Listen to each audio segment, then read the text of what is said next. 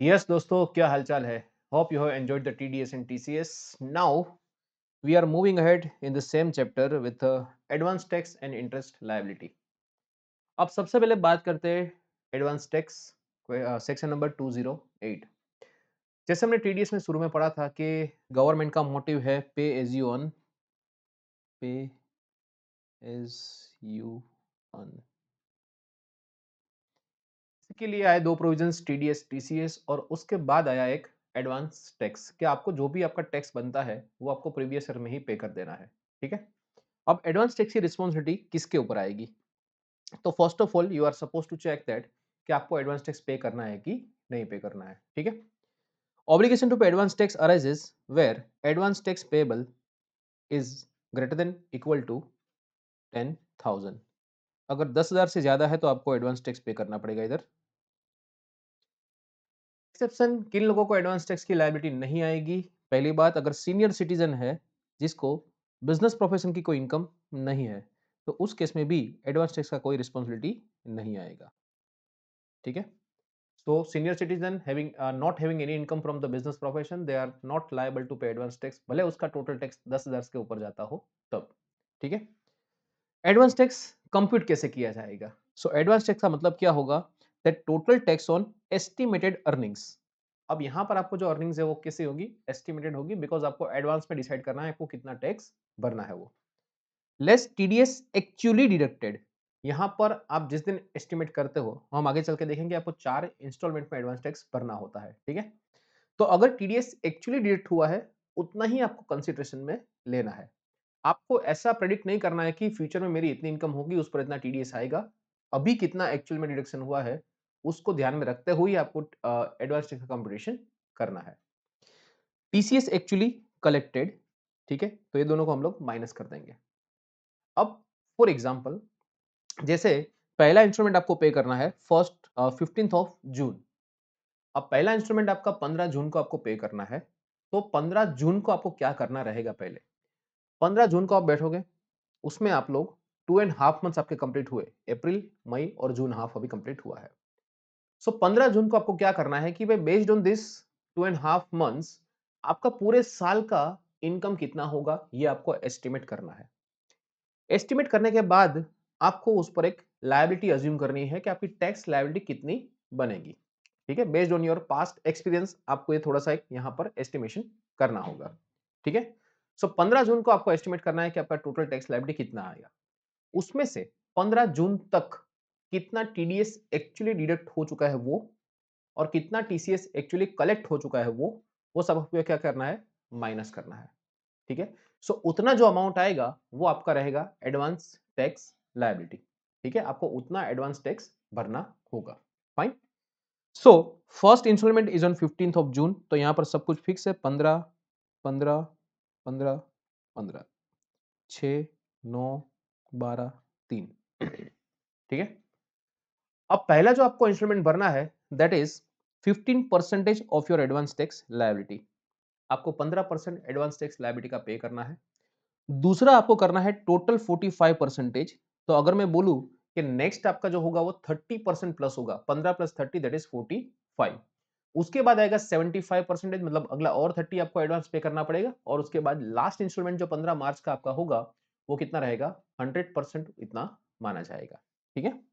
So 100% of the advance tax आपका 15 मार्च तक clear हो जाना चाहिए. डन. सो पहली बार आप एस्टिमेट कब करने बैठोगे? 15 जून को, based on 2.5 month of your earnings. उसके बेस पर आपको डिसाइड करना है कि पूरे साल का अपना टैक्स कितना होगा. फिर आपको बैठना है 15 सितंबर को. अब 15 सितंबर में आपके ऑलमोस्ट 6 महीने कंप्लीट हो चुके हैं, राइट? तो आपको ज्यादा क्लैरिटी आएगी कि अब मेरे साल, पूरे साल में इनकम कितनी होगी. फिर तीसरा इंस्ट्रूमेंट आता है 15 दिसंबर को. तो ऑलमोस्ट 9 महीने कंप्लीट हो चुके हैं, अब 3 ही महीने बाकी है. तो अब आप ज्यादा एक्यूरेसी के साथ क्या करोगे? आप डिसाइड कर पाओगे कि आपका टैक्स कितना होता है, राइट? अब ऐसा हो सकता है कि 15 जून को आपका एस्टिमेट अलग हो, 15 सितंबर को अलग हो, 15 दिसंबर को अलग हो, 15 मार्च को कुछ चीज अलग हो. ठीक है. वो आपको एवरी टाइम रिवाइज कैलकुलेट करते करते करते करके आपको क्या करना है? एडवांस टैक्स भरते जाना है. तो यहाँ पर आपको इतना इंश्योर करना है कि पहला आपका इंस्टॉलमेंट एटलीस्ट 15% हो जाए, दूसरा आपका 45 हो जाए, तीसरा 75, एंड चौथे तक आप एटलीस्ट 100% अपना इंटरेस्ट पे कर, सॉरी, टैक्स पे कर दो, आपको उतना यहाँ पर करना होगा, ठीक है। Person declaring income on presumptive basis, अगर आप 44 एडी या 44 एडी ए के अंदर फॉल होते हो, तो उस केस में आपको only one instalment that you are suppose to pay, that is on 15th of March. लेकिन अगर आप 44 ए में हो, ए मतलब वो ट्रांसपोर्ट वाला 10 या कम उससे ट्रक हो उसमें, उस केस में ये बेनिफिट नहीं है। उस केस में आपको चारों इंस्टॉलमेंट पे करने होंगे, राइट। तो यहाँ पर आपको ये तीनों इंस्टॉलमेंट से मुक्ति मिलती है। आपको खाली वन टाइम एक बार एडवांस टैक्स भरना है 100%, ठीक। यस, उसके बाद आपको बोला है that any amount paid by of advance tax on और before 31st March shall also be treated as advance tax. उसको भी हम लोग क्या मान लेंगे, एडवांस टैक्स मान लेंगे। Where the assessee does not pay any installment by the due date, he shall be deemed to be assessee in default माना जाएगा। उसको हम लोग क्या मानेंगे, assessee in default मानेंगे, बराबर। अब उस डिफॉल्ट के लिए क्या प्रोविजन है, अगर आपने एडवांस टैक्स का जो इंस्टॉलमेंट्स भरना है उसमें आपने कुछ प्लस माइनस आपका हुआ है, या फिर आपने ऐसा मान लो कि यहाँ पर शॉर्ट पेमेंट आपका हुआ है, आपको भरना चाहिए था कुछ परसेंटेज, आपने भरे उससे कम परसेंटेज, राइट। तो उसको हम यहाँ पर बोलते हैं डिफरमेंट। आपका जो इंस्टॉलमेंट अमाउंट है वो क्या हुआ है, डिफर हुआ है। तो अगर आपका इंस्टॉलमेंट डिफर होता है तो उस केस में आपको 234 सी के अंदर इंटरेस्ट लगेगा 1% पर मंथ और part of the month, right. अगर एक दिन भी ऊपर जाता है तो उसमें आपको 1% इंटरेस्ट देना पड़ेगा, ठीक। Look, interest at the rate 1% per month levied on a shortfall of the instalments. अब एक चीज ध्यान से समझ लेना इधर, 234 सी, 234 बी, फिर आगे हम पढ़ेंगे 234 ए, ठीक है। ये तीनों में आपको इंटरेस्ट कंप्यूट करना है। यहां पर सबसे ज्यादा as far as exam is concern, आपको कैलकुलेशन करते आ जाना चाहिए बस। अगर आपको प्रॉपर स्टेप्स पता हो तो आपको जस्ट खाली फिगर पुट करने हैं, आंसर अपने आप हो जाएगा, ठीक है। प्रोविजंस देखो, कई बार आप लोगों को सारी चीजें प्रोविजंस पता ही है, आप पढ़ के गए हो, आपको पता भी है 15 जून को, 15 सितंबर, 15 दिसंबर, 15 मार्च, इतना इतना इतना पे करना है, इतना शॉर्टफॉल हो गई है। बट समटाइम्स कहां पर अटक जाते हैं हम लोग जब कंप्यूट करने की बारी आती है तब हम वहां पर अटक जाते हैं। बिकॉज़ क्या होता है कि जब हम इतने भी आईटीआर फाइल हम करते हैं अपने आर्टिकलशिप के अंदर, वो सब हम सॉफ्टवेयर से करते हैं और सॉफ्टवेयर सब कुछ गिन के देता है। हम कभी मैन्युअली इसको गिने ही नहीं है। अब एग्ज़ाम में हम सबको क्या करना है कि हमको मैन्युअली काउंट करना है, तो करेंगे कैसे फिर, राइट? तो उसके लिए मैंने यहाँ पर आपको सब कुछ प्रॉपरली सेट करके दिया हुआ है कि आपको क्या-क्या करना है बस। आपको उसको फ़ॉलो करना है, तो आपका एकदम परफेक्ट आंसर आएगा और वो भी उसमें आपको कोई सोचना भी नहीं पड़ेगा, एकदम परफेक्ट फ्लो में आपका आंसर आएगा। लुक, सबसे पहले आपको डिसाइड करना होगा कि शॉर्टफॉल है कि नहीं है। अब शॉर्टफॉल यहाँ पर कितना होगा? लुक, शॉर्टफॉल का मतलब हुआ specified percentage of assessed tax, ठीक है। अब असेस्ड टैक्स क्या होता है वो भी मैं आपको समझाता हूँ। फॉर एग्जाम्पल पहला केस है, उसमें आपको 15% भरना होता है, ठीक है। Minus instalment of advance tax paid, आपने इंस्टॉलमेंट कितना भरा है। अब फॉर एग्जाम्पल आपका एस्टिमेटेड टैक्स था 1,00,000 रुपए, उसका 15% होता है 15,000 रुपए। आपको 15,000 पे करना था, आपने पहला इंस्टॉलमेंट 10,000 का ही पे किया है। अब 15 जून को आपने कोई एस्टिमेशन किया होगा, उसके बेस पर आपने 10,000 रुपए भरा हुआ है, राइट। तो यहां पर ये जो 5,000 रुपए है, ये क्या है आपका शॉर्टफॉल हुआ। तो शॉर्टफॉल यहां पर आपका होगा, उस पर आपको इंटरेस्ट पे करना रहेगा। अब यहां पर जो बात करेंगे हम लोग, that is talking about assessed tax. अब असेस्ड टैक्स में क्या होगा, तो सबसे पहला स्टेप आपको क्या करना है, आपको यहां पर कंप्यूट करनी है अपना टोटल टैक्स लायबिलिटी, ठीक है। असेस्ड टैक्स में क्या होगा, असेस टैक्स मतलब आपको यहां पर कंप्यूट करना है अपना टोटल टैक्स। लेट्स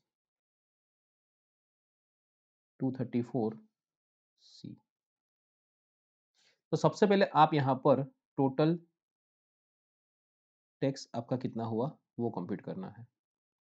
उसमें से हम लोग माइनस करेंगे टीडीएस, टीसीएस, ठीक है, वो हम लोग माइनस करेंगे।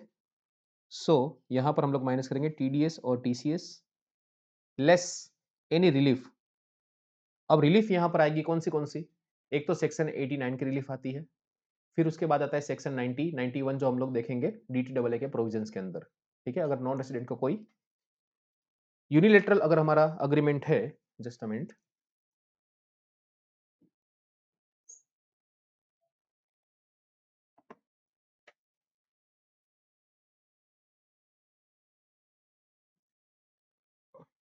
यस। तो यहाँ पर हम लोग देखेंगे डीटीडब्ल्यूए की कोई रिलीफ है तो क्या? सेक्शन 90, 91 और 92 हम लोग डिस्कस करेंगे उसके बारे में, ठीक है? तो ये चीज़ यहाँ पर आएगा, माइनस आपको आएगा रिलीफ, कोई भी अगर है तो, ठीक है? चलिए, उसके बाद यहाँ पर आपको माइनस करना है मैट क्रेडिट और यहाँ पर एक चीज़ और आएगी दैट इज़ कॉल्ड एएमटी, ठीक है? 115 जेडी मैंने लिख तो दिया है, बट वही रहेगा वो, राइट? सो माइनस आपको यहाँ पर करना होगा एएमटी और मैट क्रेडिट। ये सब कुछ आप माइनस करोगे। इसको हम क्या बोलेंगे? असेस्ड टैक्स, असेस्ड टैक्स, ठीक है? अब ये एक्सरसाइज कब होगी? ये एक्सरसाइज होगी eight the end of the year.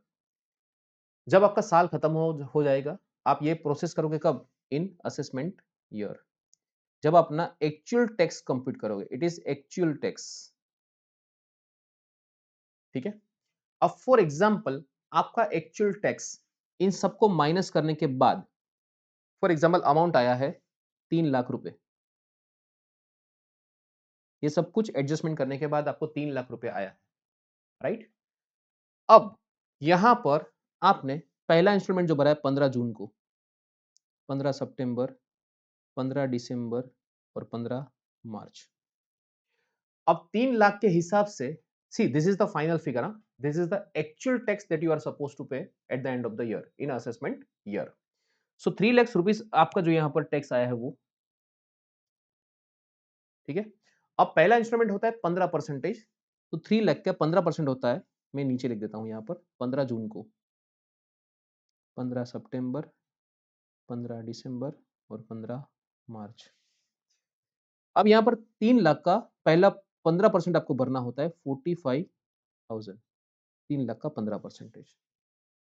फिर नेक्स्ट इज 3 लाख का 45%, मतलब अगर आप 45,000 यहाँ पर भरे हो तो उसका 30% और, सो यहाँ पर आपका टोटल फिगर आएगा 135।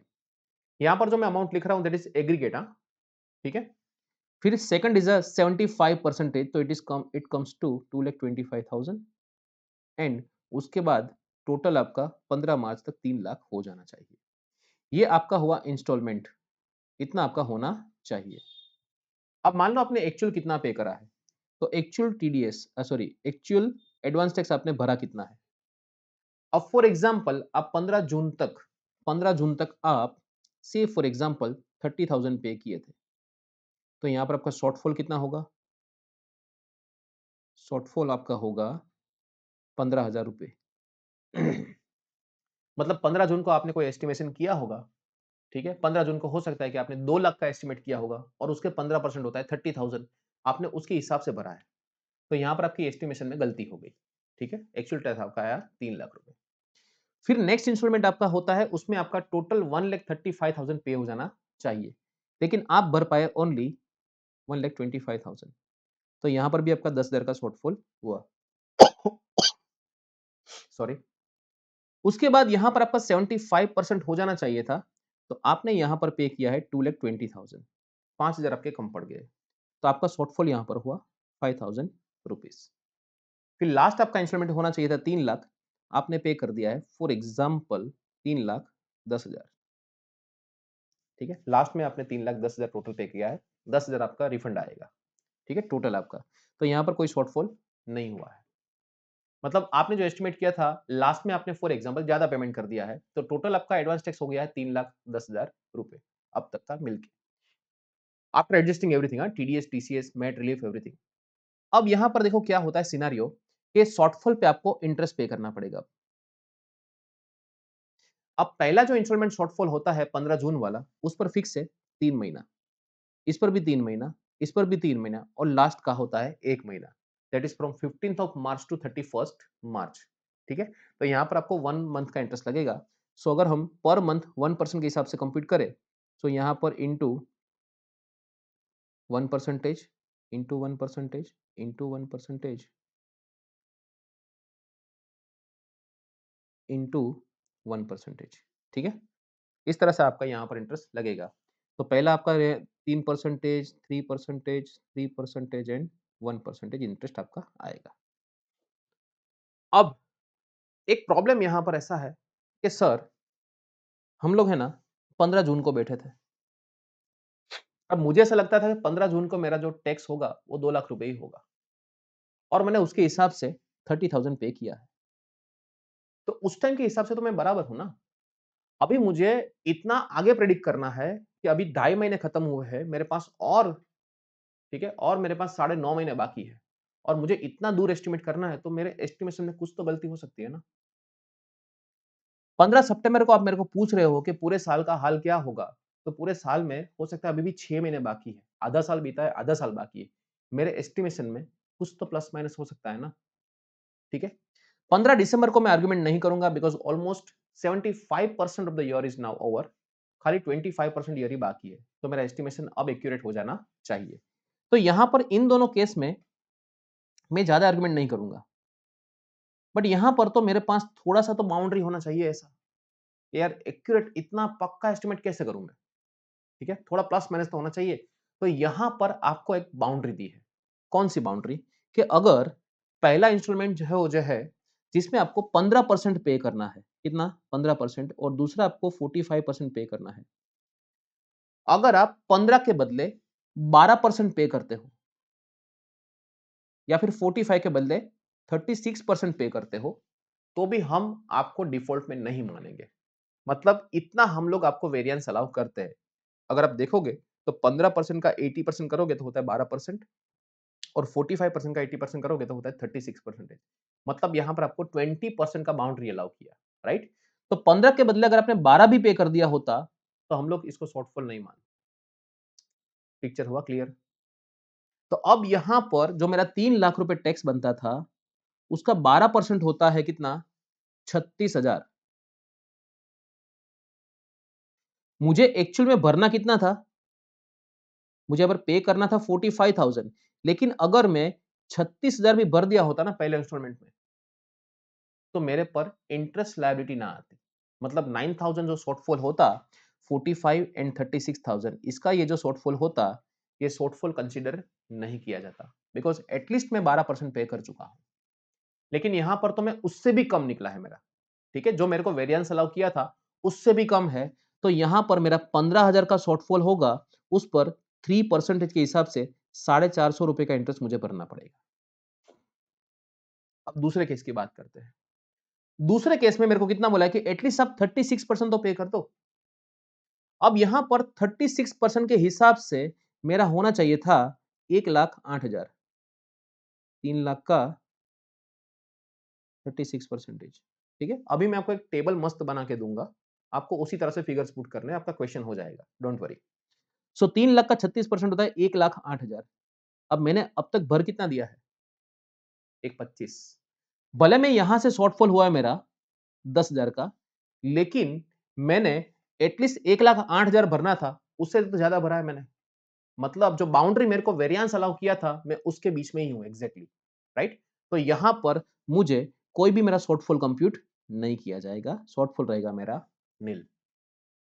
ठीक है, at least I have paid minimum 36%। फिर यहां पर ऐसा कोई बाउंड्री नहीं है, तो यहां पर 2,25,000, 2,20,000, तो 5,000 का शॉर्टफॉल, उस पर 3 महीने का इंटरेस्ट ₹150। फिर यहाँ पर तो मैं ऑलरेडी एडवांस पे कर चुका हूँ, तो मेरा 450 प्लस 150 टोटल मेरा ₹600 का इंटरेस्ट यहाँ पर लगेगा। इस तरह से पूरा कंप्यूटेशन होता है, ठीक है? Now have a look at the provision. Look what it says. Look 15 जून तक आपको भरना है 15%, लेकिन अगर आप 12% भी पे करते हो तो कोई इंटरेस्ट नहीं लगेगा। उसके बाद 15 सितंबर में 45%, लेकिन अगर आपने 36% भर दिया है तो भी कोई इंटरेस्ट नहीं लगेगा। फिर 15 दिसंबर में 75% होता है, तो आपको 75% भरना होता है और 100% आपको भरना होता है 15 मार्च तक। 3%, 3%, 3% और 1% आपको इंटरेस्ट लगेगा। अब होता ऐसा है कि सर देखो, मैं एकदम परफेक्ट एस्टिमेट करता हूं हर एक चीज का। 15 जून को मैंने एस्टिमेट किया था, परफेक्ट टैक्स मैंने पे कर दिया। 15 सितंबर को एस्टिमेट किया था, परफेक्ट टैक्स पे किया। 15 दिसंबर को भी एस्टिमेट किया था, परफेक्ट टैक्स पे किया मैंने। अब हुआ यूं कि 16 दिसंबर को 3 लाख की लॉटरी लग गई। अब 3 लाख की लॉटरी लगी, अब लॉटरी पे लगता है टैक्स 30%। मतलब जो मेरा एस्टिमेट था मेरा टोटल टैक्स उसमें 90,000 सीधा बढ़ गया। अब यहां पर बात ये आती है कि सर देखो, अब स्कीम पे कहां पे पड़ती है? स्कीम पर आपकी टोटल टैक्स पे पड़ती है। टोटल टैक्स मतलब ये इंपैक्ट आपकी होती है इधर, ये जो हमने यहाँ पर कंप्यूट किया ना, असेस टैक्स पर पड़ती है। और जब आप कंपैरिजन करोगे वो तो असेस टैक्स के हिसाब से ही होगा सब कुछ, ठीक है? तो यहाँ पर ऐसा बोला है कि अगर ऐसा कोई सिनेरियो है जहाँ पर आपकी इनकम आप परफेक्टली एस्टिमेट नहीं कर पाते हो, तो वहाँ पर आपको कुछ रिलीफ दी है। कैसे relief? Have a look. The no interest shall be applicable on a shortfall if shortfall is on account of under estimate और फेलियर टू एस्टिमेट। क्यों ऐसा हुआ? आपने अंडर एस्टिमेट क्यों हुआ? आपका एस्टिमेट फेल क्यों हुआ? क्योंकि कैपिटल गेन हो गया। ठीक है, मान लो 20 जनवरी को आपका ब्रोकर आया जो आपने प्रॉपर्टी बेचने के लिए रखी थी, वो आपके पास मिठाई लेके आया कि मुबारक हो, आपको कैपिटल गेन हुआ है। ठीक है, आपकी प्रॉपर्टी बिक गई। अब ये तो आपने एस्टिमेट नहीं किया था ना, ठीक है, यू कैन नॉट एस्टिमेट ना कि भाई कैपिटल गेन इतना होगा ही होगा। Fine. Income from lottery, puzzles etcetera casual income है। आपको थोड़ी सपने में 15 दिसंबर को आता कि इस बार तो आप लॉटरी पक्का जीतोगे 16 दिसंबर को। ठीक है। फिर income of PGBV for the first time, आप पहली बार बिजनेस कर रहे हो तो हो सकता है आपका एस्टिमेट प्लस माइनस हो सकता है, लेकिन अगर आपका ऑलरेडी बिजनेस चालू है तो उस केस में आपके पास एक रिलायबल एस्टिमेट आप कर सकते हो। या फिर डिविडेंड इनकम है। ठीक है, जहां पर आपको ये प्रेडिक्ट नहीं कर पाओगे ना कि कंपनी कितना डिविडेंड देगी, हाँ, डीम डिविडेंड को छोड़ के। फाइन। तो ऐसे अगर 4 केस होते हैं तो इस केस में आप पर इंटरेस्ट की लायबिलिटी कंसीडर नहीं की जाएगी। ऐसा हम लोग एक क्वेश्चन भी करेंगे, so don't worry about it. ठीक है, लेकिन उस केस में भी 31 मार्च तक तो आपको पूरा का पूरा टैक्स क्या करना है? पे करना ही करना है। क्लियर हुआ? सो it was all about what? 34 sorry 234 सी। ठीक है, अब एक साथ हम लोग प्रोविजंस को पढ़ लेते हैं, उसके बाद हमें क्वेश्चन करते हैं। कॉम्प्रिहेंसिव क्वेश्चन करेंगे जिसमें सब कुछ कवर हो जाए आपका। डन? लुक, तो ये हुआ 234 सी। अब उसके बाद आता है 234 बी की ओर। अब 234 बी में क्या है? Default in A payment of advance tax. अब ये क्या है? देखो, ये आपकी जर्नी जो हुई इंटरेस्ट वाली, ये हो जाती है 31 मार्च को एंड। 31 मार्च को एंड हो जाता है। इसके बाद इस पर कोई इंटरेस्ट कंपटीशन नहीं होता है। अब मान लो यहां पर आपका टोटल टैक्स होता था 3 लाख रुपए। ठीक है, टोटल आपका असेस्ड टैक्स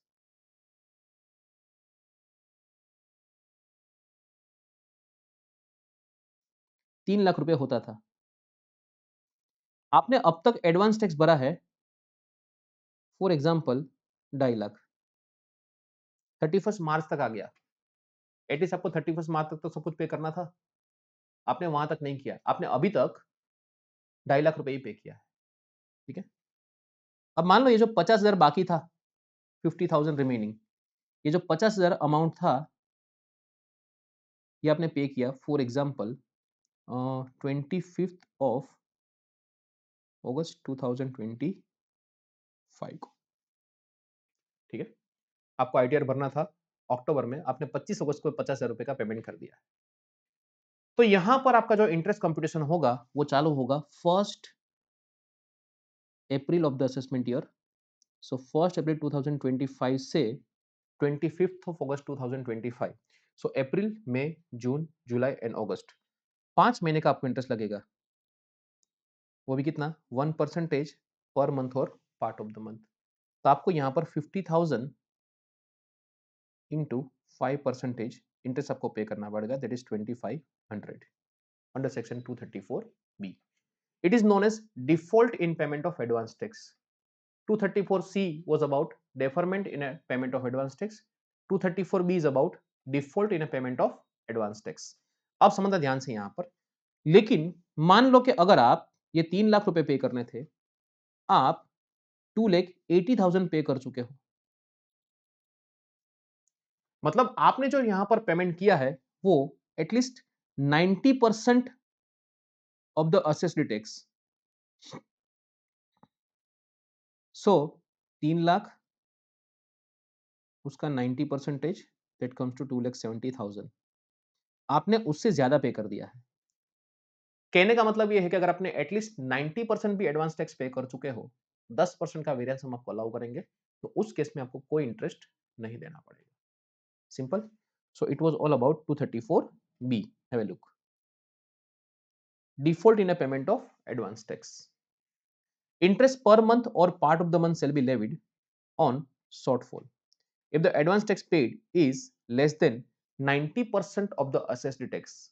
अपने केस में 90% होता था 2,70,000, आपने भरा था 2,50,000 रुपए। शॉर्टफॉल का मतलब क्या हुआ? असेस्ड टैक्स लेस आपने अब तक कितना एडवांस टैक्स भरा है वो सब कुछ। ठीक है। असेस टैक्स तो जैसे आपको बताया मैंने वैसे ही tax, TDS, TCS, relief, MAT, credit वगैरह सब कुछ। ठीक है। तो 1% आपको यहां पर क्या करना है? कंप्यूट करना है। चालू कहां से होगा? 1 अप्रैल से चालू होगा। ठीक है। 1 April to the date of payment यहां पर लिखा है।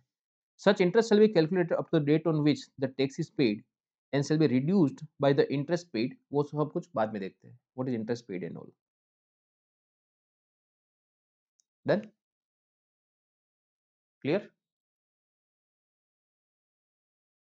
तो 1 अप्रैल से जब तक आप टैक्स नहीं पे करते तब तक। अब यहां पर है आगे ending with the date of determination of total income under section 143(1). ये हम लोग पढ़ेंगे आगे जब हम लोग असेसमेंट प्रोसीजर पढ़ेंगे उसमें। It is called summary assessment, right? Department के जो इंटीमेशन भेजता है वो है where the regular assessment is not made. और अगर जहां पर रेगुलर असेसमेंट होते हैं वहां पर ये 143(3) मतलब scrutiny, 144 best judgement assessment, 147 called reassessment. अब 153A is now not applicable assessment in case of search। उसका सेक्शन चेंज हो गया है। तब इसको यहाँ पर क्या कर सकते हो? कैंसिल कर सकते हो। ठीक है। ये सब कुछ हम लोग देखेंगे बाद में। Don't worry. ये 143(3) क्या है, 144 क्या है, वहां तक का इंटरेस्ट यहाँ पर कंप्यूट होता है। क्योंकि होता है कि आपने एज ए सेल्फ असेसमेंट के तौर पर रिटर्न भर दिया है। अब बाद में डिपार्टमेंट खुद असेसमेंट करेगा, जो हम लोग फाइनल में सीखने वाले हैं कि डिपार्टमेंट अपने हिसाब से असेसमेंट कैसे करेगा और अपने हिसाब से वो इनकम डिटरमिन करेगा। तो उस केस में वहां तक का पीरियड हमें कंसीडर करना पड़ेगा, right? So that will see later on. Whether total income increased on the reassessment under section 147 और 153A अब काम का नहीं है। अगर रीअसेसमेंट हुआ है और आपकी इनकम बढ़ी है, राइट, तो 1 अप्रैल से चालू करते करते जिस दिन रीअसेसमेंट और रिकम्पुटेशन होगा वहां तक का पीरियड हम लोग कंसीडर करेंगे। 10 महीना, 12 महीना, 15 महीना, जो भी उसमें लगा हो ऐसे केस में। ठीक है। आगे बोलता है इंटरेस्ट इज इंक्रीज्ड और reduced subsequently as a result of the rectification, appeal और रिवीजन। अब यहां पर मैं खाली आपको एक चीज बता दूं कि हो सकता है कि आपको कुछ चीजें यहां पर समझ में ना आए। ठीक है। So don't worry about it. ठीक है। अभी इसकी चिंता मत करना। वो हम लोग जैसे ही असेसमेंट प्रोसीजर एक बार समझ लेंगे, आपको ये सारी चीजें समझ में आ जाएगा। ऐसा हो तो हम लोग एक बार इसको वापस यहाँ पर कवर अप करेंगे। So don't worry about it, just go through once it. Fine. If the interest is increased or reduced subsequently as a result of the rectification, appeal और revision। अब जैसे मान लो डिपार्टमेंट ने क्या किया है कि अपने हिसाब से असेसमेंट कर दिया। ठीक है। फिर आप गए, मान लो अपील में गए, हाई कोर्ट में अपील करी, या फिर आपने कमिश्नर को अपील करी, या फिर आईटीईटी में आप लोग गए। अब वहां पर दो बातें हो सकती है कि आपका जो आपने वहां पर जो अपना केस रखा है, अब हो सकता है इनकम बढ़ जाए। ठीक है। आप वहां पर या फिर डिपार्टमेंट गया हो तो आपकी इनकम हो सकता है बढ़े या फिर इनकम घटे। अब इनकम बढ़ेगी या घटेगी तो उसके हिसाब से क्या होगा कि आपका जो टैक्स लायबिलिटी होगा वो भी प्लस माइनस होगा, और उसके हिसाब से आपका जो इंटरेस्ट था वो भी क्या होगा? प्लस माइनस होगा यहाँ पर। तो उस केस में यहाँ पर है, in that case, in case of increase, then AO shall serve assessee a notice of demand in the prescribed form specifying the sum payable। मतलब अगर आपका इंटरेस्ट बढ़ता है, आपको ज्यादा पे करना है, तो आपको एक नोटिस भेजा जाएगा 156 के अंदर, वो भी हम लोग आगे पढ़ेंगे। Don't worry about it. ठीक है। तो आपको भरना पड़ेगा। अगर डिक्रीज हुआ तो वो क्या करेगा? रिफंड कर देगा। तो मतलब यहाँ पर एज सच कुछ इतना भी कोई नई चीज नहीं थी। मतलब सिंपल सी बात है कि अगर ज्यादा भरने का आए तो आपको नोटिस भेजेगा कि भाई इतना इंटरेस्ट भरो, और ज्यादा आपने पे कर दिया तो वो रिफंड कर देगा। सिंपल है, राइट? लॉजिकल आप इसको समझ सकते हो कि लॉजिकली ट्रीटमेंट है इसका। चलिए, तो ये हुआ हमारा 234 बी। फिर आते हैं 234 ए की ओर। अब 234A बोलता है यहां पर कि अगर आपने रिटर्न फाइलिंग में डिफॉल्ट किया है, मतलब आपने आईटीआर की जो ड्यू डेट है वहां तक आपने आईटीआर फाइल नहीं किया है, तो उस केस में आपको 234A का इंटरेस्ट लगेगा, राइट? अब ये जो इंटरेस्ट लगेगा वो किस पर लगेगा? अब देखो यहां पर ये जो इंटरेस्ट लगेगा वो किस पे लगेगा कि यहां पर आपका टोटल टैक्स बनता था 3 लाख रुपए। आप अब तक एडवांस टैक्स पे कर चुके हो 2,50,000। ये 3 लाख था assessed tax, that is after adjusting everything, TDS TCS सब कुछ आपका मिला दिया है। आपने एडवांस टैक्स कितना भरा वो सब कुछ माइनस करने के बाद जो रिमेनिंग लायबिलिटी बचती है, ठीक है, जो हमने आई थिंक टीडीएस की शुरुआत में पढ़ा था कि अगर टीडीएस टीसीएस और एडवांस टैक्स के बाद अगर कुछ बच जाता है तो उसको हम लोग पे करेंगे as a self assessment tax. So 3 lakh में से अब तक आप 2.5 लाख पे कर चुके हो, तो 50,000 आप क्या करोगे as a self assessment tax pay करोगे, ठीक है। अब उसमें आपने मान लो रिटर्न फाइलिंग में लेट कर दिया। अब फॉर एग्जाम्पल आपका ड्यू डेट था 31 जुलाई 2025, आपने आईटीआर फाइल करा है फॉर एग्जाम्पल 25/11/25 को, ठीक है। तो यहां पर जुलाई के बाद नेक्स्ट डे दैट इज अगस्त, सितंबर, अक्टूबर, नवंबर, 4 महीने। एक दिन भी अगर लेट हो जाता है तो पूरा महीना काउंट होगा। तो अगस्त, सितंबर, अक्टूबर, नवंबर, तो यहां पर आपका 4 मंथ डिले हुआ है, तो यहां पर आपको 1% per month, so 50,000 into 4 months into 1%, that comes to 2,000 rupees आपका लगेगा इंटरेस्ट 234A में, ठीक है। अब यहां पर एक चीज है कि मान लो ऐसा था कि आपको 50,000 रुपीज टैक्स पे करना था। अब ये टैक्स आपने पे कर दिया है if self assessment tax paid before the due date, then no interest. अगर आपने टैक्स अपना पे कर दिया है ड्यू डेट से पहले तो उस केस में आपको कोई इंटरेस्ट नहीं भरना पड़ेगा, भले आपका रिटर्न फाइलिंग लेट हुआ, ठीक। और लेट रिटर्न फाइलिंग हुआ है तो सेक्शन 234F के अंदर लगेगी लेट फीस।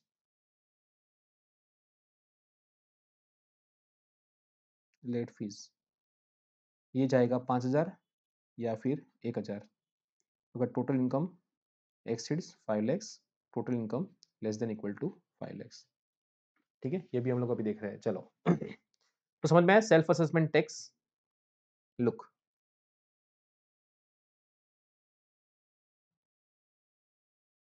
यस, ये रहा 234A।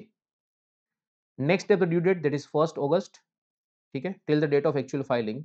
और अगर असेसमेंट होता तो उस केस में असेसमेंट के दिन तक हमें कंप्यूट करना पड़ेगा, ठीक, ठीक है। चलिए, तो टैक्स डिटरमाइंड आपका है जो, और उसमें से आपका अब तक का जितना टीडीएस टीसीएस वगैरह सब कुछ है, ये बात हो रही है किसकी? असेसमेंट की बात हो रही है, असेसमेंट बाय डिपार्टमेंट, ठीक है। फिर increase decrease again same to same चीज, उसको भी हम लोग अभी देखेंगे। चलिए, फिर 234F fees for late filing 5,000 rupees, अगर आपका टोटल इनकम 5 लाख से कम है तो फिर 1,000 रुपये, ठीक है। फिर आधार पैन लिंकिंग में अगर डिफॉल्ट होता है तो 1,000 रुपये लगेंगे। फिर उसके बाद आता है इंटरेस्ट ऑन रिफंड, चलो उसको हम लोग बाद में देखते हैं। Let's have a question now, look. Yes, पहला क्वेश्चन है question number 40। Briefly discuss the provisions related to the payment of advance tax on income arising from a capital gain and casual income. So we all know that कि capital gain और अगर casual income होती है तो उस case में आपको advance tax नहीं भरना पड़ेगा, मतलब उस केस में आपका डिफॉल्ट नहीं माना जाएगा। लेकिन जिस दिन को आपको लॉटरी लगी या फिर जिस दिन आपको कैपिटल गेन हुआ है उसके बाद वाला जो भी इंस्टॉलमेंट आता है उसमें आपको इसको ध्यान में रखना होता है, ठीक है। Look, the provision to section 234C contains the provision of payment of advance tax. Advance tax is payable with assessee on its total income, which includes the capital gain, casual income, like lottery, etc. Since it is not possible for the assessee to estimate the capital gains or income from lottery, etc., it has been provided that if any such income arises after the due date for an installment, जैसे मैंने आपको बताया 15 दिसंबर के बाद 16 दिसंबर हो गई है, then the entire amount of the tax payable on such capital gain or casual income should be paid in the remaining installment of advance tax which are due. ठीक है, तो उसके बाद वाला जो भी इंस्टॉलमेंट बनता है उसमें आपको टैक्स पे करना है और लेट बाय डेट 31 मार्च तक तो आपको पेमेंट कर ही देना होता है. Where no such installment is due, then entire tax should be paid by 31st March. Simple. चलिए अब एक क्वेश्चन देखते हैं हम लोग. Question number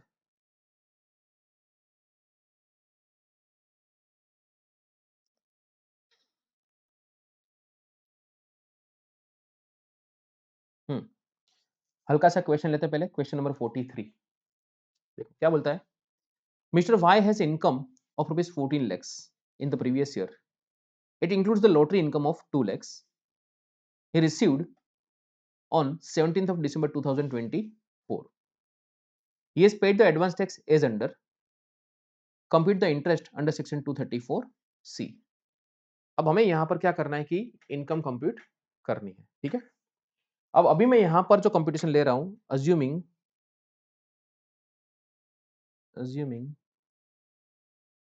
opted out of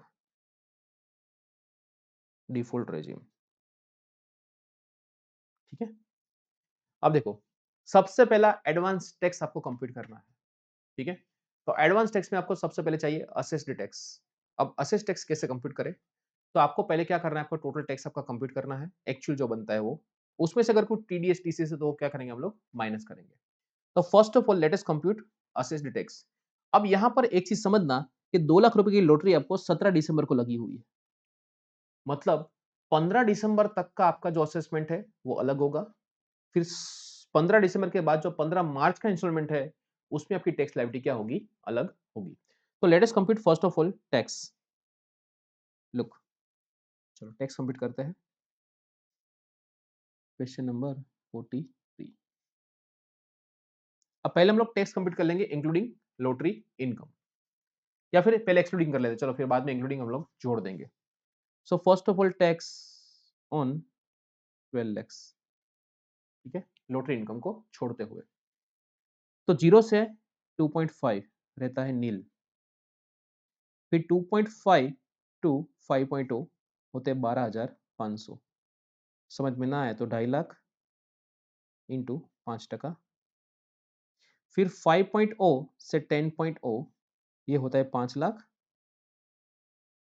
into 20% तो होता है 1 लाख रुपए. और ऊपर गया कितना, ऊपर गया 2 लाख, राइट. सो 10 लाख से 12 लाख कितना होता है, 2 लाख. उस पर आएगा 30%, दैट कम्स टू 60,000 रुपीज.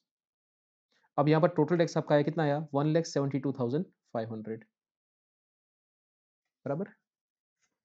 अब इसके साथ हम लोग जोड़ देते हैं लॉटरी का. सो टैक्स ऑन 14 lakhs कितना होगा. ठीक है, सो 172,500 तो हमने यहाँ पर देख ही लिया है, प्लस लॉटरी कितने की लगी है, 2 लाख की. तो 2 लाख की लॉटरी पर 60,000 का टैक्स. ठीक है, 2 लाख इंटू 30%. सो यहाँ पर आपकी इनकम हो जाएगी 2,70,23 2,32,500. अब इस पर लगाएंगे सेस 4%. अब 172,500 का सेस कितना होता है, यहाँ पर 172,500 का सेस होता है 6,900 and 9,300. 6,900 and 9,300. अब टोटल यहाँ पर होगा 0,04369179400. अब यहाँ पर होगा 0,081 और 24 2,41,800. ठीक है, इतना आया. अब इसमें से हमें माइनस करना होगा टीडीएस, टीसीएस वगैरह सब कुछ।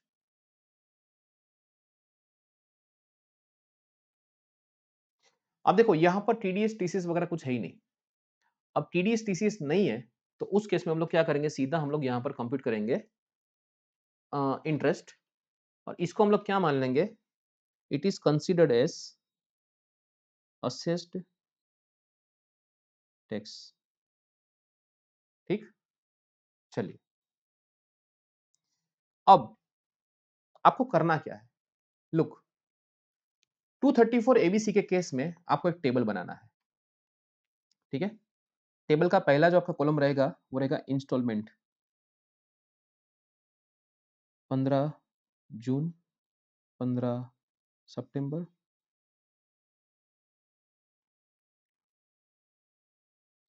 15 दिसंबर और 15 मार्च।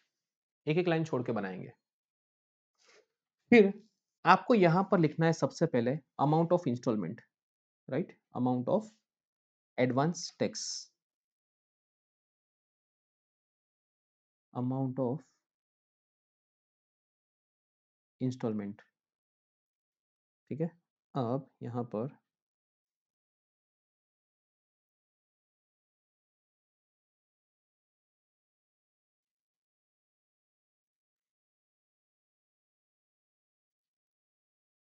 ठीक है, अमाउंट ऑफ इंस्टॉलमेंट आप यहां पर लिख दोगे। फिर आपको क्या करना है, आपको यहां पर करना है एडवांस टैक्स पेड। ठीक है, फिर हम लोग यहां पर एक कॉलम बनाएंगे, minimum advance tax required to avoid the advance tax, avoid the interest. फिर हम लोग यहां पर एक कॉलम बनाएंगे शॉर्टफॉल का। ठीक है, ऐसे।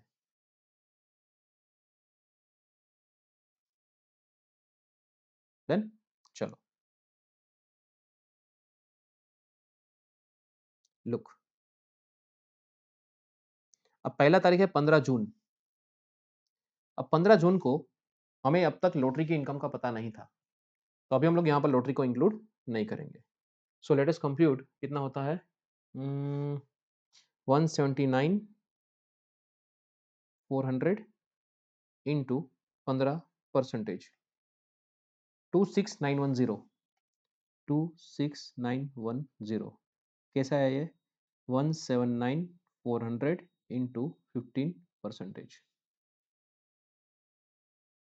ठीक है, फिर यहाँ पर आएगा 179,400 इंटू 45%, मतलब ऊपर वाला अमाउंट इंटू 3 कर दूं मैं तो 80,730। फिर 15 दिसंबर तक अभी मुझे पता नहीं था लॉटरी के बारे में, सो इट इज 179,400 इंटू 75%, तो 179,400 इंटू 75%, तो यहाँ पर आता है 134,550। अब 15 मार्च को मुझे पता था लॉटरी मेरी कितनी लगी है, तो उसमें मुझे यहाँ पर ये लॉटरी का जो टैक्स लगता है उसके साथ इंक्लूडिंग यहाँ पर मुझे लिखना होगा, दैट कम्स टू 241,800, बराबर, इंक्लूडिंग लॉटरी टैक्स। डन। अब मैंने एडवांस टैक्स भरा कितना है, तो एडवांस टैक्स पेड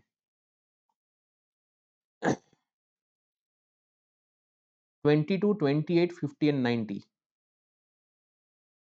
तो पहला भरा है मैंने 22,000, फिर 28,000 का दूसरा इंस्टॉलमेंट भरा है, तो पहले मैं 22 भर चुका था, अब मैं 28 और भर रहा हूं, सो 22 plus 28 that comes to 50,000, then 50 and 90, 50 मतलब यहां पर कितना होगा 1 लाख, और 90 मतलब कितना होगा 1,90,000। ठीक है, एग्रीगेट आपको यहां पर लिखना होता है टोटल।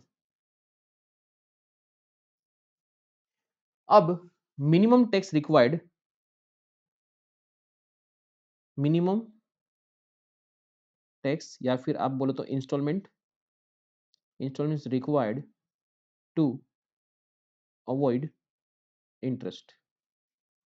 ठीक है, तो पहला इंस्ट्रूमेंट मुझे पता है कि उसमें 12% तक अलाउड है, तो 179,400 into 12 percentage, that comes to 21528. So 21528।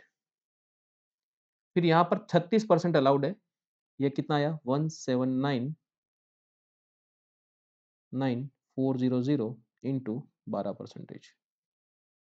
फिर यहाँ पर है 179,400 इंटू 36%। ठीक है, सो 179,400 इंटू 36%, दैट कम्स टू 64584। 64584। ठीक, फिर यहाँ पर तो आपको पूरा का पूरा 1,00,000, सॉरी, यहाँ पर आपको 134,550 और 241,800 आपको पे करना यहाँ पर रहेगा। ठीक है, अब देखना ध्यान से शॉर्टफॉल।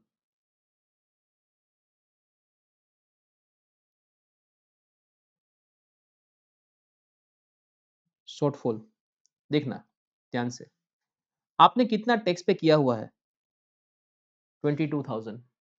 कितना आप भरते तो चलता, 21,528 अगर आप भर देते तो चलता, लेकिन आपने उससे ज्यादा भरा है, राइट। जो मिनिमम आपको 12% बोला था उससे तो आपने ज्यादा भरा है, तो यहां पर आपका शॉर्टफॉल रहेगा नील। फिर यहां पर आपको भरना था 50,000, सॉरी, यहां पर आपको भरना था 64,584। एटलीस्ट आप उतना भर देते तो आपको इंटरेस्ट ना लगता, लेकिन आपने यहां पर भरा है 50,000 और आपकी लायबिलिटी कितनी थी 80 की। तो आपको यहां पर निकालना है शॉर्टफॉल। अब शॉर्टफॉल में ध्यान रखना, इन दोनों का डिफरेंस निकालना है, गलती से इसको कंसीडर मत करना व्हाइल कंप्यूटिंग द शॉर्टफॉल। ठीक है, सो इट इज 30730। 80,000 भरना था, 50,000 ही भर पाए आप। फिर यहां पर आपको 134 भरना था, 1,00,000 आपने भरा है, सो दैट कम्स टू 34,550। फिर 241 भरना था, आप 190 भर पाए हैं, तो 51,800 आपका शॉर्टफॉल आया है। ठीक है, चलिए अब इंटरेस्ट कंप्यूट करते हैं। यहाँ पर इंटरेस्ट पहले में तो कुछ आएगा नहीं, फिर यहाँ पर आपका 30730 इंटू 3 मंथ्स इंटू 1%। यहाँ पर 34,550 इंटू 3 मंथ्स इंटू 1%, और यहाँ पर 51,800 इंटू 1 मंथ इंटू 1%। चलिए राउंड ऑफ कर देंगे हम लोग, नियरेस्ट 30730 इंटू 3%, सो 922। फिर 34,550 इंटू 3%, दैट कम्स टू 1037। उसके बाद 518,51800 into 1%, that comes to 518। 518 plus 1037 plus 922, that comes to 2477। Done.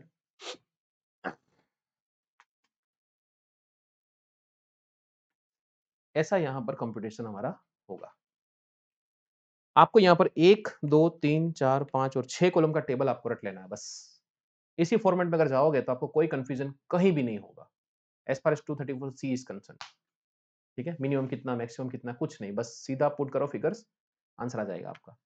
ठीक है, चलिए अब आगे बढ़ते हैं। चलिए अब next,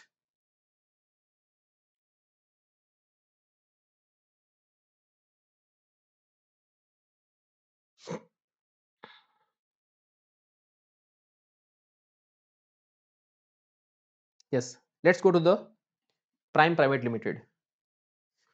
Prime P Limited is an Indian company.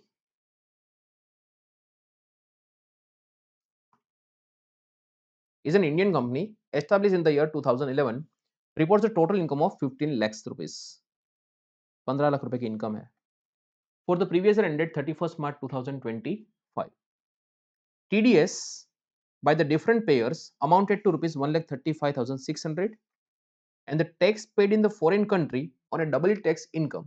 ये कुछ नहीं है, ये है हमारा DT डबल है।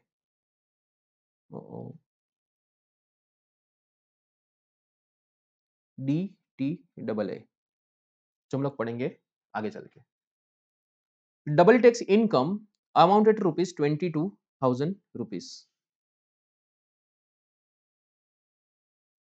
for which the company is entitled for the relief under section 90 as per the double taxation avoidance agreement. During the year, company paid the advance tax as under 38,000, फिर 75, फिर 92 and 75 again. तो हम लोग यहाँ पर aggregate हमेशा देखेंगे 38 plus 75 plus 92 plus 75.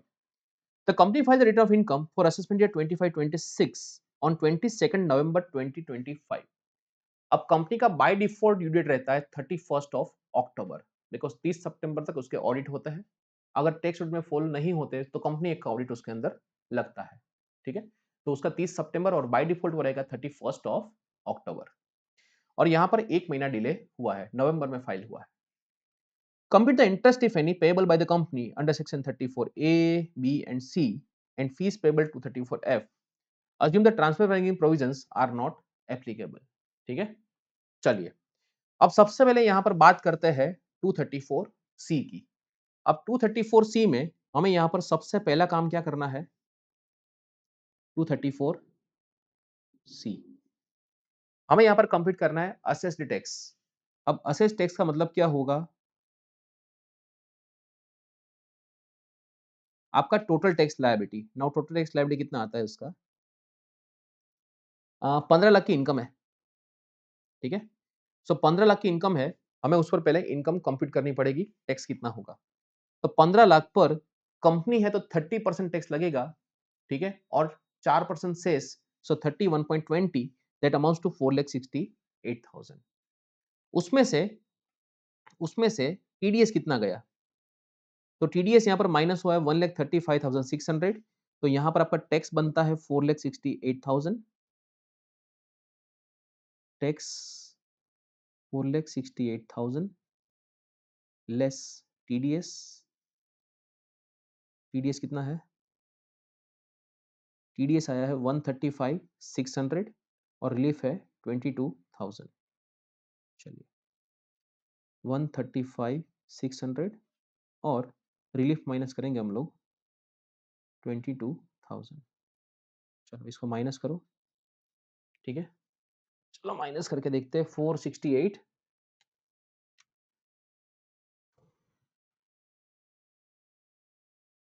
चलिए 468,000 minus 135,600 minus 22,000, so that comes to 310,400, 310,400। इतना आपका आता है असेस्ड टैक्स आता है, जो हमको चाहिए 34C के लिए। अब पहला इंस्टॉलमेंट हमारा आता है 15 जून, 15 सितंबर, 15 दिसंबर और 15 मार्च को, ठीक है। अब इसको डिवाइड कर लेते हैं। अब मैं यहाँ पर ज़्यादा आपका टाइम नहीं लूंगा, तो मैंने कंप्यूट करके रखा हुआ है। Let's go over this. देखो 310,400 जो हमने यहाँ पर असेस्ड टैक्स कंप्यूट किया था वो, अब उसके इंस्टॉलमेंट निकाल देते हैं, ठीक है। तो इंस्टॉलमेंट मैंने यहाँ पर नहीं लिखे हैं, मैं लिख देता हूँ यहाँ पर 310,400 इंटू 15%, 46,560,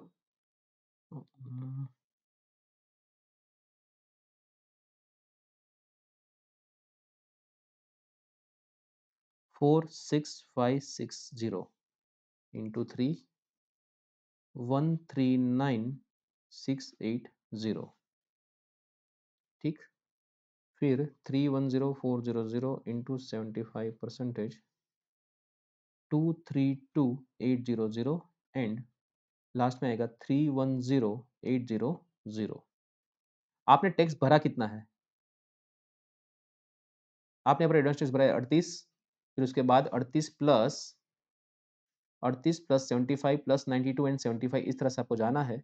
तो 113,205 एंड दिस आपको मिनिमम यहाँ पर कितना होता, 12% होता है 37,248, 111,744।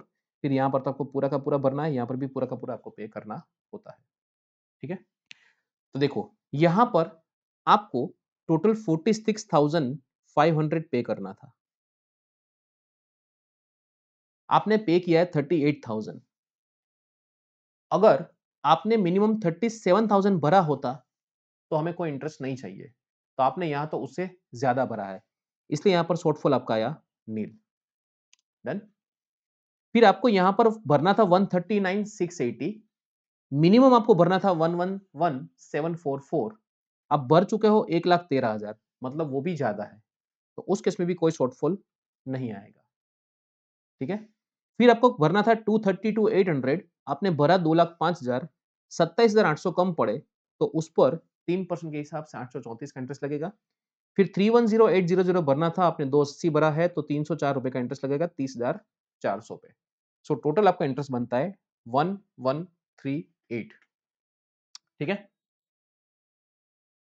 चलिए, अब यहां पर हम लोग आगे बढ़ेंगे 234 बी की ओर। देखो 234 बी, देखना ध्यान से आप। अब 234 बी में आपका असेस्ड टैक्स कितना है? 310,400। ये आपको फ्लो फॉलो करना है। ठीक है। 90% ऑफ असेस्ड टैक्स कितना होता है? 310,400 इंटू 90%, दैट कम्स टू 279,360। आपने एक्चुअल में एडवांस टैक्स भरा कितना है? पेड टिल डेट 2,80,000, मतलब आपको 90% के हिसाब से 279,360 भरना था, आप 280 भर चुके हो। ठीक है। तो आप एटलीस्ट 90% यहाँ पर पे कर चुके हो, मतलब आपको यहाँ पर 234 बी का कोई इंटरेस्ट नहीं लगेगा। Look, advance tax paid is more than 90%, hence no interest under section 234b will be levied। तो इस केस में भी आपको यही करना है, आपको ऐसा फ्लो फॉलो करना है कि आपने जो असेस टैक्स यहाँ पर कंप्यूट किया है उसको यहाँ पर लेके आओ, फिर उसका 90% निकालो, फिर आपने कितना एडवांस टैक्स भरा है वो निकालो। बराबर। अब यहाँ पर आपको भरना चाहिए था 279, अब भर चुके हो 280, so there is no interest under section 234b। ठीक है। बहुत सिंपल फ्लो है, इसमें ज्यादा कंफ्यूजन मत होना। ठीक है। चलिए, उसके बाद आगे आते हैं 234 ए की ओर। अब 234 एमएच भी देख लो आप यहाँ पर कि आपको 310,400 आपका असेस्ड टैक्स था, उसमें से एडवांस कितना भर दिया आपने? 2,80,000 आपने भर दिया है। अब 30,400 आपका बचा है, जो बनेगा सेल्फ असेसमेंट टैक्स। अब सेल्फ असेसमेंट टैक्स कब पे किया है उसके बारे में कोई इंफॉर्मेशन क्या यहाँ पर दिया हुआ है? No, so we don't have any information about when the self assessment tax is paid. तो हम लोग यहाँ पर यही अज्यूम करेंगे कि आईटीआर जब फाइल किया तब पे किया होगा। ठीक है। देखो, तो यहाँ पर 31 अक्टूबर और 22 नवंबर, एक महीना डिले हुआ है अपना इंटरेस्ट, अपना आईटीआर। राइट। सो अपना ये जो टैक्स यहाँ पर आया सेल्फ असेसमेंट टैक्स 30,400। सो 234 ए का इंटरेस्ट कैसे कंप्यूट करना है आपको, पहले तो देखो सेल्फ असेसमेंट टैक्स आपको कंप्यूट करना है, दैट कम्स टू 30,400। फिर आपको लिखनी है due date, that comes to 31 October 25। फिर आपको लिखनी है यहाँ पर actual date, that is 1st 22 November 25। ठीक है। अब डिले कितना हुआ है? 1 मंथ। ठीक है, डिले हुआ है यहाँ पर 1 मंथ। तो आपका इंटरेस्ट कितना आएगा? इंटरेस्ट इज इक्वल टू,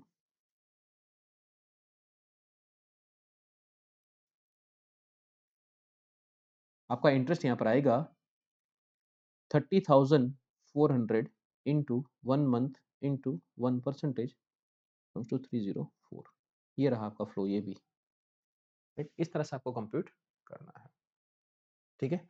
अब उसने लेट फी भरा है तो 234 एफ में लेट फीस भी आएगी कितनी? 5,000 रुपये, क्योंकि उसका टैक्स ही इतना ज़्यादा है तो इनकम तो ऑब्वियसली 5 लाख से ज़्यादा है। 15 लाख आपको इनकम दिया भी है यहाँ पर। डन, दिया हुआ है। Done. So this is how you are suppose to compute 234 A, B and C। अब एक क्वेश्चन और देख लेते हैं जिसमें हमने जो बात करी थी वो प्रोसीडिंग वाला सब कुछ। ठीक है, उसको इंक्लूड करता हुआ एक क्वेश्चन हम लोग यहाँ पर कर लेते हैं कंप्यूट। चलिए,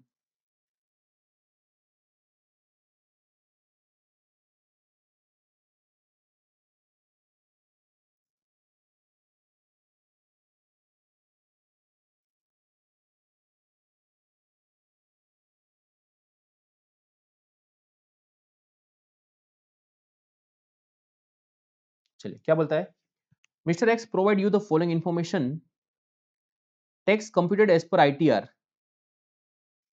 इनकम टैक्स रिटर्न उसने भरा, उसके हिसाब से टैक्स कितना आता है, 6 लाख रुपए आता है। टीडीएस था 67,500 और टीसीएस था 7,500। एडवांस टैक्स टोटल 4.5 लाख भरा हुआ है। अब यहाँ पर खाली एक तारीख में चेंज करना, दिस डेट शुड बी 25, ठीक है, इट इज 2025। 15 सितंबर तक भरा 75, फिर उसने भरा 75 अगेन, फिर उसने भरा है 3 लैक्स। तो टोटल उस हिसाब से उसने 4.5 लाख यहाँ पर टैक्स पे किया हुआ है। Due date of filing was 31 of July, actual date is 26 of December. मतलब जुलाई के बाद अगस्त, सितंबर, अक्टूबर, नवंबर, दिसंबर एंड नवंबर, दिसंबर, सॉरी 5 महीने यहाँ पर क्या हुआ, लेट हुआ है। ठीक है, assessing officer complete the assessment under section 143(3), ये बात हुई यहाँ पर स्क्रूटिनी की।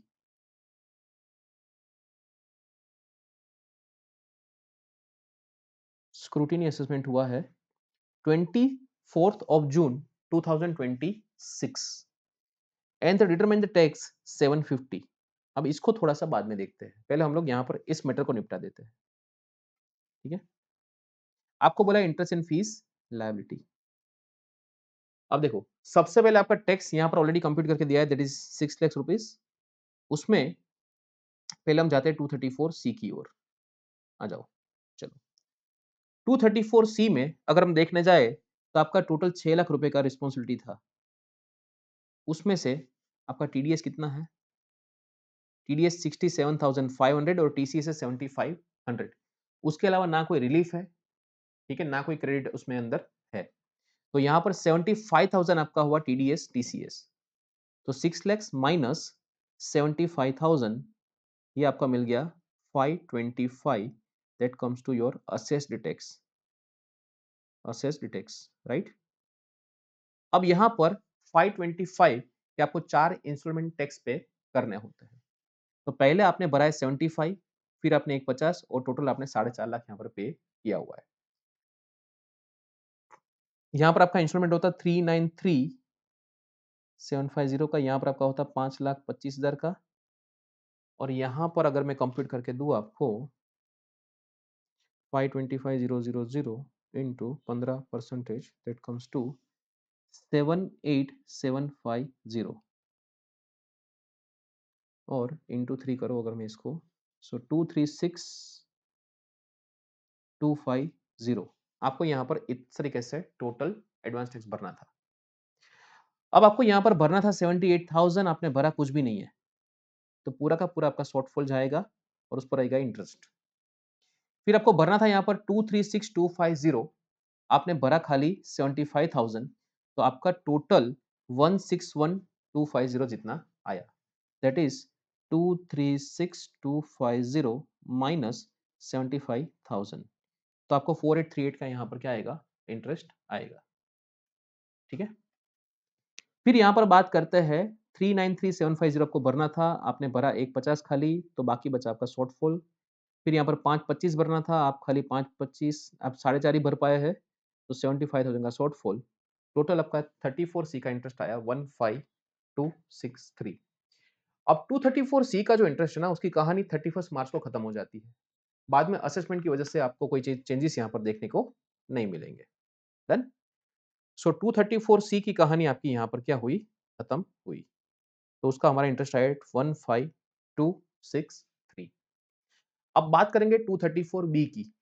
अब 234 बी की बात करें तो आपका टोटल असेस्ड टैक्स कितना था, 5,25,000। Assessed tax was 5,25,000। अब 525 का 90% अगर हम निकाले, 5,25,000 इंटू 90%, तो उसका 90% होता है 472,500, उतना होता है उसका 90%। आपने टैक्स कितना पे कर दिया है अब तक, तो आपने एडवांस टैक्स यहाँ पर भरा है टोटल 4.5 लाख रुपए। तो आपने एडवांस टैक्स कितना भरा है, 4,50,000। मतलब आपको भरना था एटलीस्ट 472, आपने भरा खाली कितना, 450। तो यहाँ पर इन दोनों का डिफरेंस निकलेगा अब 5, 25 और 4.5 दैट कम्स टू 75,000 और उस पर आपने टैक्स पे कब किया है 26 दिसंबर को, ठीक है। हम यहाँ पर कोई तारीख नहीं दिया है कि कब सेल्फ असेसमेंट टैक्स भरा है, हम यहाँ मान के चलते हैं जिस दिन आईटीआर भरा उसी दिन भरा होगा। तो यहाँ पर आपको अप्रैल मई जून जुलाई अगस्त सितंबर अक्टूबर नवंबर एंड दिसंबर 9 मंथ्स, तो 75,000 का 9 मंथ्स आपको यहाँ पर लगेगा, ये रहा। तो ये आया 6750, सिंपल। अब जो 75,000 बचा था आपको जुलाई में आईटीआर फाइल करना था, तो अगस्त सितंबर अक्टूबर नवंबर एंड दिसंबर 5 महीने का आपको यहाँ पर इंटरेस्ट लगेगा 34A का, दैट इज कॉल्ड 3750। तो नॉर्मल आपका हो गया 30763 और 5000 आपको यहाँ पर भरना पड़ेगा लेट फीस। डन। चलिए अब यहाँ पर बात करते आगे। जब डिपार्टमेंट ने असेसमेंट किया तो यहाँ पर 7.5 लाख रुपए इनकम अपना टैक्स आया। हमने डिटरमाइन किया था 6 लाख, 1,50,000 बढ़ा। अब 150 बढ़ा तो यहाँ पर उसकी हर एक कंप्यूटेशन में क्या आएगा, चेंज आएगा। अब यहाँ पर 234C में जैसे आपको बताया कि 31 मार्च आते ही उसकी बात खत्म हो जाती है, बाद में क्या होता है उसमें कोई फर्क नहीं पड़ता है, राइट। फिर यहाँ पर 234F है, वो भी आपको 5,000 रुपए आपने लेट फी का एक बार भर दी है तो उसमें कोई चेंज नहीं आएगा। अब देखना है कि 34B में कितना चेंज आता है, राइट। तो 34B में पहले आप यहाँ पर जो आपका टैक्स कंपटीशन आता है 7.5 लाख आपका टैक्स डिटरमाइन हुआ है। मतलब अब जहां पर हमने 6 लाख मान के चला था वहां पर अब हम लोग 7.5 लाख फुट करेंगे, right. Instead of 6 lakhs now will consider 7,50,000 rupees. अब 750 में से आपका 67,500 7,500 आपका टीसीएस एडवांस टैक्स आपने 4.5 लाख भर दिया है और सेल्फ असेसमेंट भी आप भर चुके हो। तो नेट अब आपका भरने का कितना आया, 1,50,000 अब आपका नेट भरने का आया, ठीक है। अब यहां पर एक चीज समझना कि ये जो आपने टैक्स यहां पर पे किया है सेल्फ असेसमेंट टैक्स, ये आपने पे किया है 26 दिसंबर 25 को, ठीक है। तो उससे पहले तो आपने 75,000 का पेमेंट नहीं किया था, तो आपकी टोटल लायबिलिटी है 150 की। अभी अगर मैं 26 दिसंबर से पहले देखूं तो 75,000 आपने बाद में पे किया था, तो बिफोर अगर 26 देखूं मैं, बिफोर 26 ऑफ दिसंबर कितना आता है, 225 आएगा, ठीक है। तो यहां पर आपको 2,25,000 रुपए का इंटरेस्ट भरना पड़ेगा 9 मंथ्स के लिए, ठीक है। 1% के हिसाब से आता है आपका 20,250।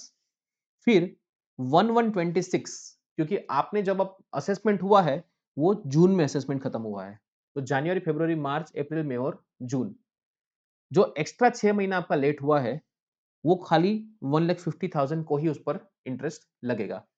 तो यहां पर आएगा ये 1% उसका, तो टोटल होता है 9,000। सो 20,000 प्लस 9,000, टोटल 29,000 आपका होता है। उसमें से आपने जो पहले भर दिया है इंटरेस्ट वो माइनस कर देंगे, तो बैलेंस आपको 22,500 का इंटरेस्ट आपको यहाँ पर भरना पड़ेगा, ठीक है। उसके बाद अगर हम बात करें 234A की, तो 2,25,000 पे आपने 11,500, ठीक है, आप पहले बनता है आपका। अब उनमें ऑलरेडी आप यहाँ पर 3750 पे कर चुके हो, तो आपको यहाँ पर 7,500 रुपीज बैलेंस अमाउंट यहाँ पर आपका कंसीडर किया जाएगा, ठीक है। चलो इस तरह से आपका यहाँ पर इंटरेस्ट आएगा। तो 150 आपका टैक्स बना है और बाकी 30,000 यहाँ पर आपका है डिमांड, ठीक है। अब जस्ट वन थिंग कि ऐसा हो सकता है कि आपको यहाँ पर अभी स्क्रूटिनी वाला या फिर असेसमेंट वाला पार्ट समझ में ना आया हो, so don't worry about it. जब एक बार हम लोग असेसमेंट प्रोसीजर को गो थ्रू कर लेंगे उसके बाद हम लोग इसी ऐसे क्वेश्चन को हम लोग वापस करेंगे, ठीक है। सो करंटली मेरा पर्पस ये था कि आपको बेसिक 234 एबीसी अगर समझ में आ जाता है तो it is very good thing for you, fine. अब यहाँ पर आगे बढ़े हम लोग, बस एक खाली यहाँ पर देखना है अपने को डिडक्शन का part, have a look. Sorry, refund का इंटरेस्ट, देखो interest on refund that is income for the assessee which is again taxable, ठीक है। कितना आपको मिलेगा, 0.5%, परसेंटेज पर मंथ और पार्ट ऑफ द मंथ। ठीक है, देखो, where the refund is out of the TDS, TCS और एडवांस टैक्स, आपने प्रीवियस ईयर में सब कुछ पे कर दिया था in form of advance tax या फिर टीडीएस, टीसीएस सब कुछ, तो और आपने आईटीआर फाइल किया है before the due date of filing of ITR, तो आपको इंटरेस्ट मिलेगा 1 अप्रैल से कंप्लीट करते हुए जिस दिन रिफंड आया तब तक। ठीक है, क्योंकि ये तो आपका सब कुछ बिफोर बिफोर 1 अप्रैल को ही पे हो जाता है ना। टीडीएस, टीसीएस, एडवांस टैक्स सब कुछ आपका प्रीवियस ईयर में ही खत्म हो जाता है, सब आपने वहीं पे कर दिया है। तो आपका इंटरेस्ट चालू होगा 1 अप्रैल से और जिस दिन आपको रिफंड मिला उस दिन से। ठीक है, जब आपने रिटर्न ड्यू डेट से पहले फाइल कर दिया है। लेकिन अगर आपने रिटर्न फाइल करने में डेट देर कर दी है, लेट फाइलिंग करा है, फिर आपने समझो आपने 2 महीना लेट किया है, जुलाई में करना था फाइल, आपने अगस्त और सितंबर में फाइल किया है, तो यहां पर आपको date of filing of return से लेकर date of grant of refund तक का ही आपको क्या मिलेगा, यहां पर इंटरेस्ट मिलेगा फिर उस केस में।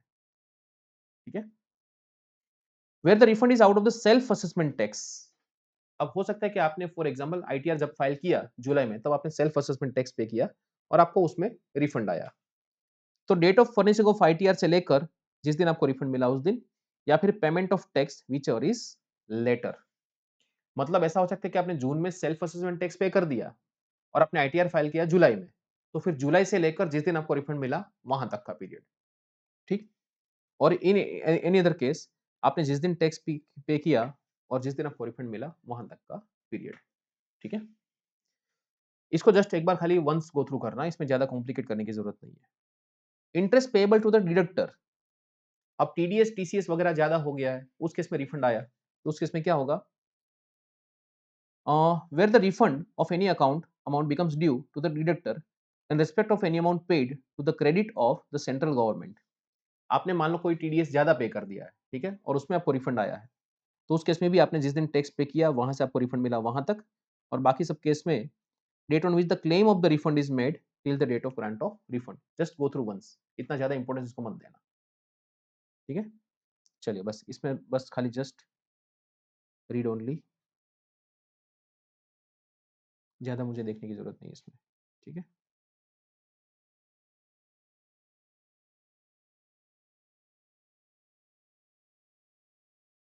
फिर एक्सेस रिफंड आपका आ गया, पहले आपको ज्यादा रिफंड दे दिया, रिफंड आपको ज्यादा दे दिया, अब वापस मांग रहे हैं आपसे पैसा, तो उसमें आधा % इंटरेस्ट लगेगा, बस उतना याद रखना खाली।